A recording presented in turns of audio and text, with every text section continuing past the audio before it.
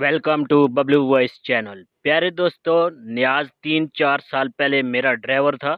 गाड़ी बहुत साफ रखता था। घर का छोटा मोटा प्लम्बरिंग का काम भी कर देता था। खराब एनर्जी सेवर भी ठीक कर लेता था।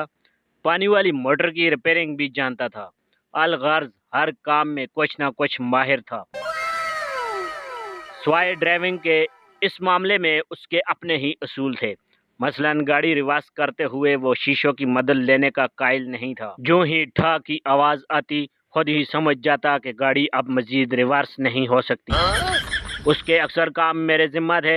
मसलन शाम को किसी डिनर में जाने के लिए खुद ही गाड़ी लेकर निकल जाता तो अक्सर उसका मैसेज आ जाता, सर जी आते हुए आधी डब्बी सिगरेट लेते आए।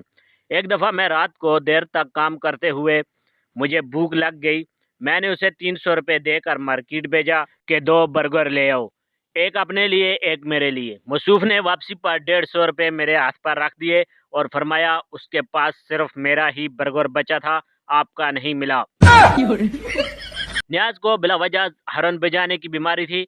एक दफ़ा मुझे शक गुजरा कि उसने काफ़ी दिनों से गाड़ी का इंजन ऑयल तब्दील नहीं किया। मैंने कहा ज़रा बोनट खोलो।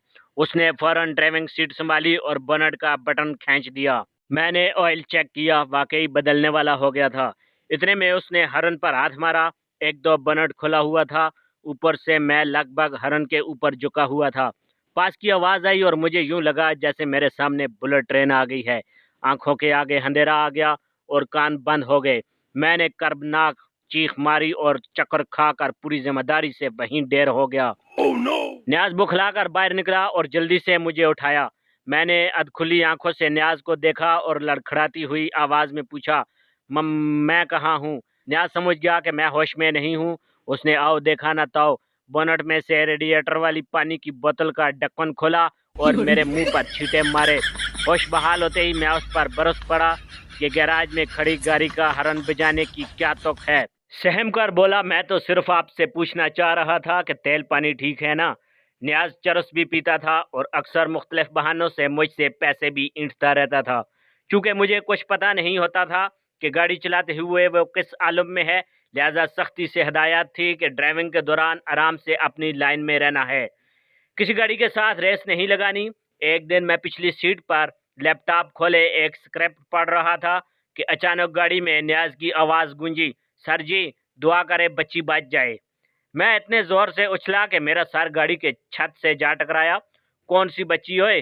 किसी बच्ची को गाड़ी के नीचे तो नहीं दे दिया? न्याज ने फौरन तसल्ली दी, नहीं साहिब जी, अपनी बच्ची की बात कर रहा हूँ।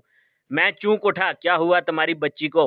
न्याज ने आ भरी, बस सर जी गांव से बीवी का फोन आया था, बच्ची की तबीयत खराब थी, अस्पताल लेकर गए थे लेकिन डॉक्टरों ने जवाब दे दिया है। ये सुनते ही मैं सख्ते में आ गया। अगर चाहे इससे पहले न्याज कई दफा बच्ची के इलाज के नाम पर पैसे लेकर गांव भेजने के बजाय जुए में लुटा चुका था, लेकिन बहरहाल वो बाप था और एक बाप अपनी बच्ची के बारे में इतना बड़ा झूठ नहीं बोल सकता था। ऑफिस पहुंचकर मैंने कुछ सोचा और न्याज के छोटे भाई शहीद का फोन मिलाया। शहीद गांव में ही रहता था। सलाम दुआ के बाद मैंने पूछा कि तुम्हारा बड़ा भाई बता रहा था कि तुम्हारी भतीजी को डॉक्टरों ने जवाब दे दिया है। शहीद खुशी से भरपूर आवाज में बोला, हाँ जी कल ही जवाब दिया है। उसका लहजा सुनकर मैं बुखला गया। क्या कहा डॉक्टरों ने? दूसरी तरफ से आवाज आई, डॉक्टरों ने कहा है कि ये अब बिल्कुल ठीक है, इसे घर ले जाएं। मैंने फौरन फोन बंद किया और गुस्से से न्याज को बुलाया। न्याज साहब अंदर तशरीफ लाए और मेरा चेहरा देखते ही समझ गए कि कोई और झूठ पकड़ा गया है। मैंने उसको बताया कि मेरी उसके छोटे भाई से क्या बात हुई है। न्याज ने फौरन दांत निकाले, जी सर जी, मैं भी तो यही बता रहा था कि डॉक्टरों ने जवाब दे दिया है कि अब इलाज की कोई ज़रूरत नहीं, बच्ची माशाल्लाह ठीक ठाक है। मैंने दांत पीसे और पास पड़ा हुआ पेपर वेट उठाकर न्याज की तरफ फेंका, जो उसने निहायत महारत से कैच करके बड़े अदब से दोबारा टेबल पर रख दिया और इंतहाई मुतबन्ना अंदाज में छलांग मारकर बाहर निकल गया। 2 हफ्तों बाद उसने बताया कि बच्ची फिर बीमार हो गई है और दवाइयों के पैसे नहीं है। मैंने पूछा कितने की दवाइयाँ आएंगी? झट से बोला 2000 की। मैंने सर हिलाया, ठीक है, तुम ऐसा करो अपनी बीवी से दवाइयाँ पूछो, मैं यहीं से कुरियर करवा देता हूँ, कल मिल जाएंगी। न्याज ने कनपटी खुजाई, सर जी मेरी बीवी तो अनपढ़ है। मैंने दूसरा हल पेश किया, चलो फिर ऐसा करो कि उससे कहो मेडिकल स्टोर वाले के पास नुस्खा ले जाकर मुझसे बात करवा दे। न्याज ने कनपट्टी पर आया हुआ पसीना साफ किया और अटकते हुए बोला, सर जी मेडिकल स्टोर तो शहर में है और हमारा गांव शहर से 20 मील दूर है। मैंने गौर किया और तीसरा हल पेश किया, ओके, बीवी से कहो गांव में किसी पढ़े लिखे के पास चली जाए और मेरी बात करवा दे, मैं उससे दवाइयों के नाम पूछ लूँगा। न्याज इस हमले के लिए तैयार नहीं था, लिहाजा जल्दी से बोला, अच्छा जी। शाम को दफ्तर से वापसी पर अचानक मुझे सुबह वाली बात याद आ गई। मैंने पूछा, न्याज तुमने बीवी को फ़ोन किया था? भरकर बोला, हाँ जी, वो गई थी गांव के पढ़े लिखे लोगों के पास, लेकिन वो सब कहते हैं कि हम क्यों तुम्हें नुस्खा पढ़कर बताएं। न्याज का जवाब सुनकर हैरत से मेरी आंखें फैल गई। न्याज, गांव में तुम ऐसा क्या करके आए हो कि लोग तुम्हारा कागज का एक टुकड़ा तक पढ़ने को तैयार नहीं? न्याज ने कायनात का अजीब और गरीब जवाब दिया, सर जी गरीब का नुस्खा कौन पढ़ता है। अगला सारा दिन मेरा इसी कश्मकश में गुजरा कि क्या करूं। पता नहीं क्यों मुझे यकीन था कि न्याज फिर फराड कर रहा है।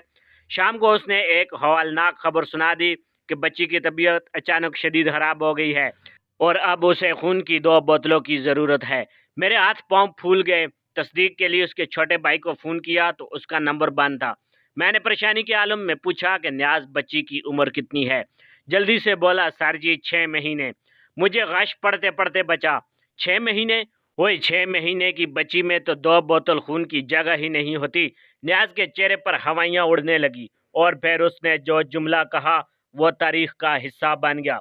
बुखलाकर बोला, सर जी असल में ½ लीटर वाली 2 बोतलें लगनी है। मुझे नहीं पता कि इसके बाद क्या हुआ था, बस इतना याद है कि 3-4 मिनट बाद हम दोनों शहर की मसरूफ तरीन सड़क के फुटपाथ पर तेज तेज वॉक कर रहे थे। वो आगे और मैं पीछे था। गालबन मेरे हाथ में ईंट भी थी। ये ईंट आज भी अपने शिकार को तरस रही है।